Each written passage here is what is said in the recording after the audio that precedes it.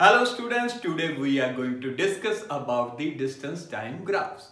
In earlier classes in mathematics you have studied about the bar graphs and straight line graphs.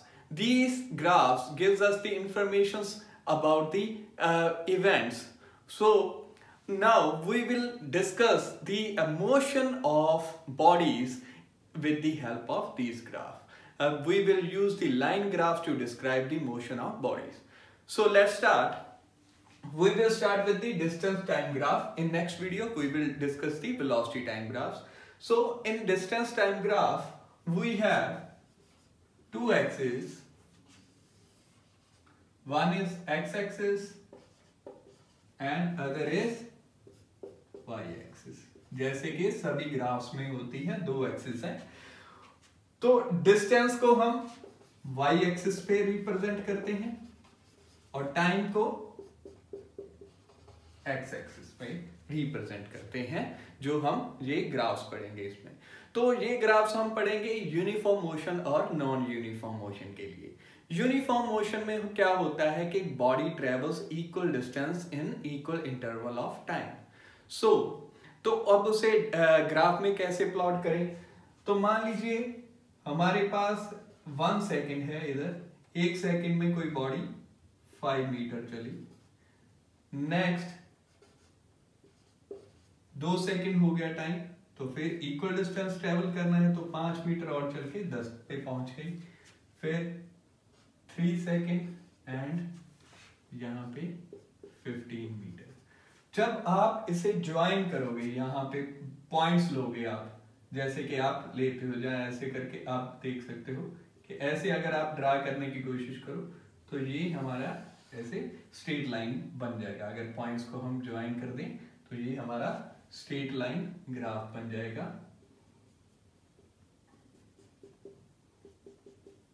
तो ये हमारा straight line graph होता है uniform motion में. Uniform motion में जब भी ग्राफ बनेगा तो इसी तरीके से स्ट्रेट लाइन ग्राफ बनेगा. तो हमें ये ग्राफ क्यों ड्रॉ करना है और इससे हमें क्या इंफॉर्मेशन मिलेगी.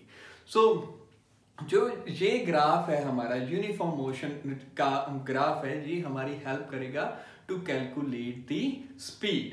अगर मान लीजिए आपके पास न्यूमेरिकल फॉर्म में डाटा नहीं है, ग्राफ की फॉर्म में डाटा है और उससे आपको स्पीड कैलकुलेट करनी है, तो यहां से आप स्पीड कैलकुलेट कर सकते हो. तो उसके लिए मान लीजिए ये तो हमने वैसे ले रखा है टाइम इंटरवल और यहाँ पे डिस्टेंस भी. तो इसी से with the help of these values मैं आपको समझाता हूं कि मान लीजिए कोई भी टाइम इंटरवल, इसे मैंने t1 मान लिया. इस टाइम पे मैंने यहाँ पे परपेंडिकुलर ड्रॉ किया और इधर कितना डिस्टेंस है वो देख लेना है. मैंने इसे s1 मान लिया और फिर यहाँ पे t2 कोई भी इंस्टेंट ऑफ टाइम ले लिया 3 सेकेंड और इसके जो है विद रिस्पेक्ट टू हमने यहाँ पे देख लिया और परपेंडिकुलर ड्रॉ कर दिया. ठीक है, तो इस डिस्टेंस को मान लिया s2. अब हमारे पास स्पीड क्या होती है. स्पीड होती है डिस्टेंस अपॉन टाइम.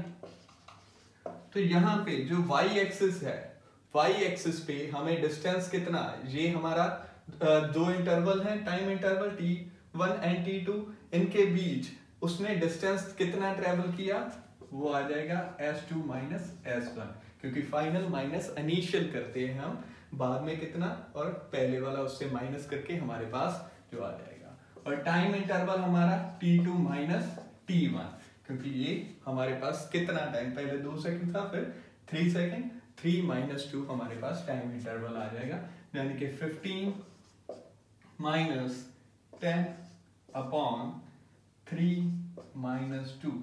तो ये हमारा आ गया 5/1. ये मीटर में है, ये सेकंड में है, तो 5 मीटर पर सेकंड. तो ये हमारी स्पीड है. और इसी वैल्यू को, जो हमने ये स्पीड निकाली है, ये स्पीड और ये वैल्यू जो हमारी s2 माइनस s1 है, इसे मैथमेटिकल टर्म में स्लोप भी बोलते हैं. स्लोप, इसका थीटापन ये कितनी स्लैंट है, तो स्लोप से हम फाइंड आउट कर लेते हैं. अब जब भी स्लोप फाइंड आउट करनी होती है तो y axis divided by Axis होता है तो y2 minus y1 upon x2 minus x1 करके हम स्लोप निकालते हैं। तो हम ये भी कह सकते हैं जो हमारा डिस्टेंस टाइम ग्राफ है उसकी जो स्लोप है वो हमें स्पीड देती है। ठीक, जो है हमारा डिस्टेंस टाइम ग्राफ है इसकी स्लोप हमें क्या देती है, स्पीड देती है। तो ये हम इंफॉर्मेशन इससे निकाल सकते हैं। तो इसके बाद हमारे पास दूसरा जो ग्राफ है वो नॉन यूनिफॉर्म मोशन के लिए, नॉन यूनिफॉर्म मोशन के लिए क्या होगा कि अनइक्वल डिस्टेंस इधर टाइम, इधर इक्वल इंटरवल्स बना लो, ठीक है। तो इधर भी एक बार हम इक्वल ले लेते हैं,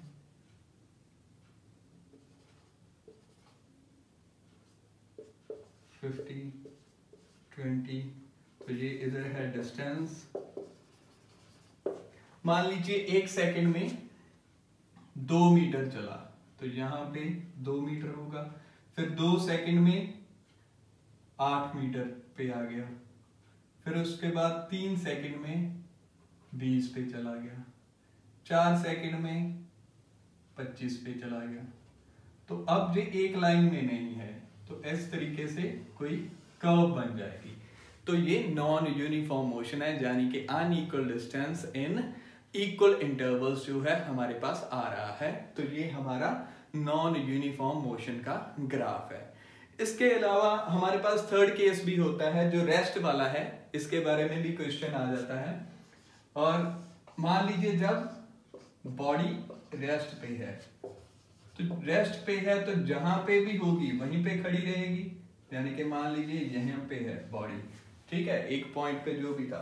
अब टाइम जितना मर्जी चेंज करते जाओ, 1 सेकंड, 2 सेकंड, 3 सेकंड, 4 सेकंड, ठीक है, बॉडी जहां पे थी उसकी पोजीशन जो है वहीं की वहीं है। तो ये है एट रेस्ट, जब बॉडी रेस्ट पे है। और एट रेस्ट ग्राफ क्या होता है, straight line graph parallel to time axis, जो टाइम वाली एक्सिस है उसके पैरेलल स्ट्रेट लाइन ग्राफ होता है। और हमारा यूनिफॉर्म मोशन का क्या ग्राफ होता है, स्ट्रेट लाइन। ये भी हमारा स्ट्रेट लाइन ग्राफ है, but it is not parallel to time axis, ये टाइम एक्सिस के पैरेलल नहीं है, ठीक है। ये हमारा यूनिफॉर्म मोशन के लिए हो गया, ये नॉन यूनिफॉर्म के लिए हो गया, और ये एट रेस्ट हो गया। तो ये ग्राफ्स हमारे काम आएंगे कैलकुलेशन के लिए। बेसिकली इनकी जो स्लोप है वो हमें स्पीड देती है, उसी के लिए हम इन्हें यूज करते हैं। नेक्स्ट वीडियो में हम वेलोसिटी टाइम ग्राफ्स के बारे में पढ़ेंगे। Thank you.